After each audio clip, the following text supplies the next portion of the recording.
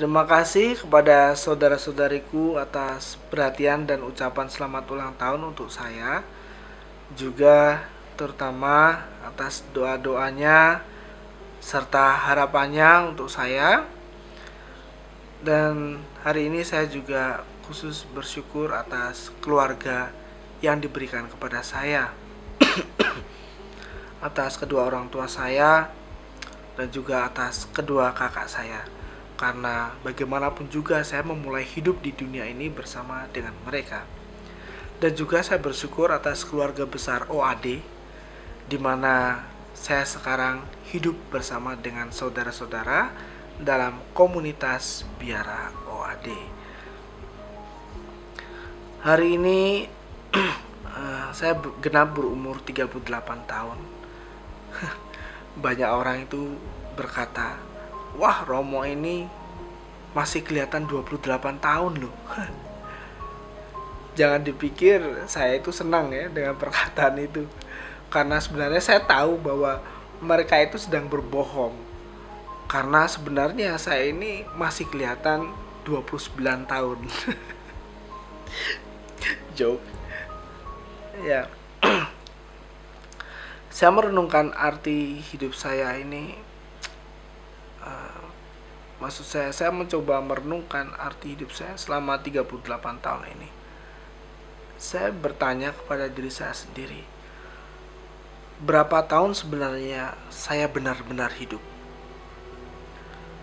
Saya mencoba flashback ketika saya masih kecil dan belum sekolah. Dunia saya itu hanya seputar keluarga dan teman-teman kecil saya. Dan saya merasakan kegembiraan ketika bermain bersama-sama dengan mereka. Dan pada saat itu saya berpikir, inilah hidup.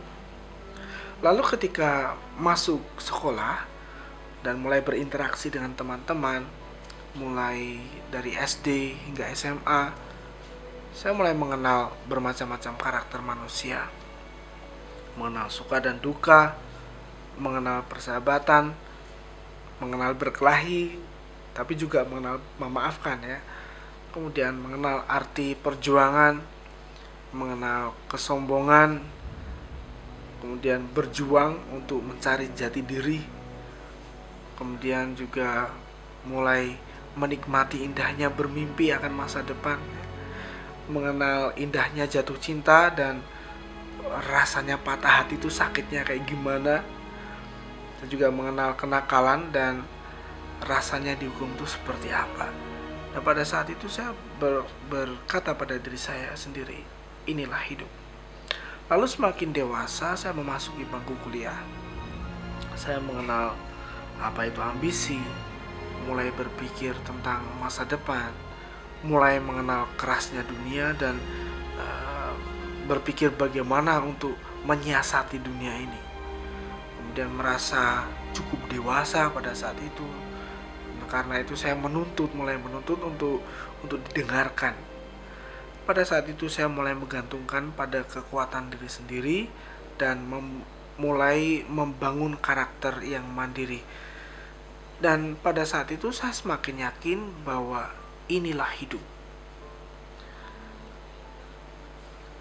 Lalu pada tahun 2003 ayah saya meninggal dunia.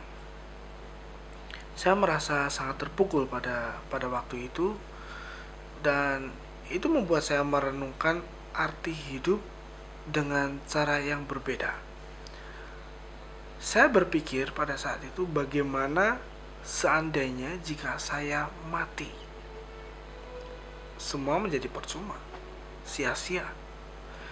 Jadi tahun-tahun itu merupakan tahun-tahun penyesalan bagi saya. Menyesal mengapa saya harus hidup di dunia ini yang toh akhirnya semua menjadi sia-sia, semua menjadi percuma. Tahun-tahun itu saya sungguh mengalami semacam kekosongan yang sangat luar biasa dalam hidup saya. Tahun-tahun itu saya tidak mengakui keberadaan Tuhan. Ini yang paling berat. saya tidak mengakui keberadaan Tuhan. Saya tidak percaya. Dan pada saat itu saya menjadi pribadi yang sangat keras, individualis, sangat percaya diri, dan sangat mengandalkan diri sendiri. Dan tidak mau untuk membiarkan orang lain itu menghalangi langkah saya. Tidak mau. Dan saya tidak menyadari pada waktu itu bahwa saya telah menjadi pribadi yang mengerikan, yang sombong, yang mengandalkan diri sendiri, yang suka membuat standar sesuai dengan keinginan saya sendiri. Jadi segalanya, semuanya itu harus sesuai dengan apa yang saya inginkan. Nah ini, jadi ketika saya pada waktu itu melihat semuanya itu, saya berkata pada diri saya sendiri, semuanya baik. Tetapi Tuhan memang punya rencana. Dahulu saya itu dibaptis ketika saya masih kelas 6 SD. Jadi saya menjadi Katolik itu bukan keinginan saya sendiri, bukan. Tetapi maksud saya bukan keinginan orang tua, tetapi sungguh-sungguh dari keinginan saya sendiri. Jadi itulah keputusan saya. Saya ingin menjadi Katolik sesuai dengan keinginan saya sendiri. Tetapi justru perjalanan untuk mencari Tuhan itu dimulai jauh setelahnya, yaitu di bangku kuliah. Ketika saya merasa bangga dengan diri saya sendiri, dan justru ketika saya tidak percaya akan adanya Tuhan. Disitulah memulai perjalanan saya mencari Tuhan. Bukan ketika pas saya dibaptis. Jadi pada waktu itu ketika saya dibaptis Katolik, kehidupan iman itu tidak tumbuh dalam kehidupan saya. Nah, nyatanya toh malah saya tidak percaya sama Tuhan, ya kan? Jadi selama bertahun-tahun itu, hampir setiap malam itu saya gelisah. Pas zaman di bangku kuliah ya. Apa yang akan terjadi jika saya mati itu selalu berputar dalam otak saya, kepala saya. Saya merasa pada waktu itu saya tidak ingin ada kebangkitan. Saya berpikir jika saya mati ya sudah. Seperti sebelum saya lahir, tidak ada gitu loh. Karena apa? Karena saya tidak mau merasakan kehidupan untuk kedua kalinya. Nah, di tengah ketidakpercayaan akan Tuhan ini, saya masih memiliki harapan meskipun ya bisa dikatakan cuma tersisa 1% lah. Jadi jauh di lubuk hati saya itu, saya masih mengharapkan bahwa sebenarnya Tuhan itu ada. Tetapi ya harapan tinggal harapan. Saya sendiri tidak berusaha untuk berjuang mencari Tuhan, enggak. Tapi memang Tuhan itu sungguh-sungguh baik. Kasih Tuhan itu sungguh besar kepada manusia. Dia yang mencari saya, bukan saya yang mencari dia. Itu adalah 100% karena belas kasihnya kepada saya. Jadi melalui orang-orang di sekitar saya, Tuhan mengarahkan hati saya kepadanya. Itu memang nggak mudah bagi saya. Bagi saya itu merupakan sebuah perjuangan yang berat pada saat itu. Tetapi dalam perjalanan mencari Tuhan itulah saya menemukan hidup. Tuhan menjungkir balikkan pengertian saya tentang hidup ini. Jadi setiap hari, waktu demi waktu, dia membuat saya sadar bahwa saya ini siapa sih? Saya hanyalah debu. Saya itu bisa hidup karena dia. Saya hidup itu hanya karena dia. Pada saat inilah saya mulai merasa gundah gulana. Saya merasa rindu. Saya ingin mengenal dia lebih. Dan kegundahan ini membuat saya sering tidak fokus. Saya masih ingat pada tahun 2004 ya, waktu itu saya terpukul jatuh 2 kali flat di lantai arena. Jadi saya ini pada waktu itu mengikuti kejuaraan nasional Sorinchi Kempo. Dulu saya ini seorang atlet. Badan saya dulu tidak gendut seperti sekarang ini. Dulu mah six pack. Nah, sekarang hanya 1 pack aja. Jadi ketika dalam pertandingan itu saya tidak fokus. Saya terpukul jatuh di atas matras karena pada saat itu pikiran saya ketika di atas matras itu hanyalah, untuk apa semua ini? Semuanya percuma. Dan ternyata memang benar Tuhan sedang bekerja untuk memanggil saya. Kerinduan akan Tuhan yang sebelumnya tidak terpikir sama sekali malah semakin tumbuh, dan akhirnya saya memutuskan untuk mengikuti kata hati saya. Jadi tahun 2007 saya memutuskan untuk masuk biara OAD. Nah, tahun-tahun di dalam biara OAD inilah, ini merupakan tahun-tahun yang luar biasa berat.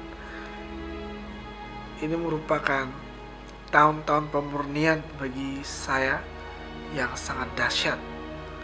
Beberapa kali saya itu ingin menyerah, tetapi lagi-lagi Tuhan selalu punya caranya sendiri untuk mengarahkan saya kembali, dan akhirnya saya mengucapkan kalau kekal itu pada tahun 2014, dan pada tanggal 5 Januari 2016 saya ditahbiskan menjadi seorang imam. Selama 4 tahun menjalani hidup imamat ini, saya menemukan banyak sekali hal-hal yang patut untuk menjadi perenungan bagi saya. Hidup imamat itu tidak sekedar merayakan misa atau melayani sakramen-sakramen lainnya, tetapi justru bagaimana saya ini harus bersatu dengan Tuhan Yesus utuh. Persatuan ini bukan mukjizat yang abrakadabra langsung, enggak, tetapi itu sebuah perjuangan jatuh bangun. Dan bagi saya inilah hidup yang sesungguhnya, yaitu ketika saya berada dalam persatuan dengan Tuhan Yesus. Tuhan Yesus mengatakan dalam Injil Yohanes, "Akulah jalan, kebenaran, dan hidup," kata Tuhan. Sungguh, tanpa Dia tidak ada hidup. Dan saya pribadi sungguh-sungguh ingin hidup bersama Dia selamanya. Jadi saya semakin menyadari bahwa hidup ini bukan lagi untuk diri saya sendiri, tetapi untuk Tuhan. Dan saya menemukan Tuhan dalam diri saudara-saudara saya. Inilah hidup sejati yang selama 38 tahun ini saya rindukan. Sekali lagi saya mengucapkan terima kasih atas perhatian dan ucapan ulang tahunnya. Saya mohon doanya, mendoakan saya untuk tetap setia sampai akhir hidup saya di dunia ini. Tuhan Yesus memberkati.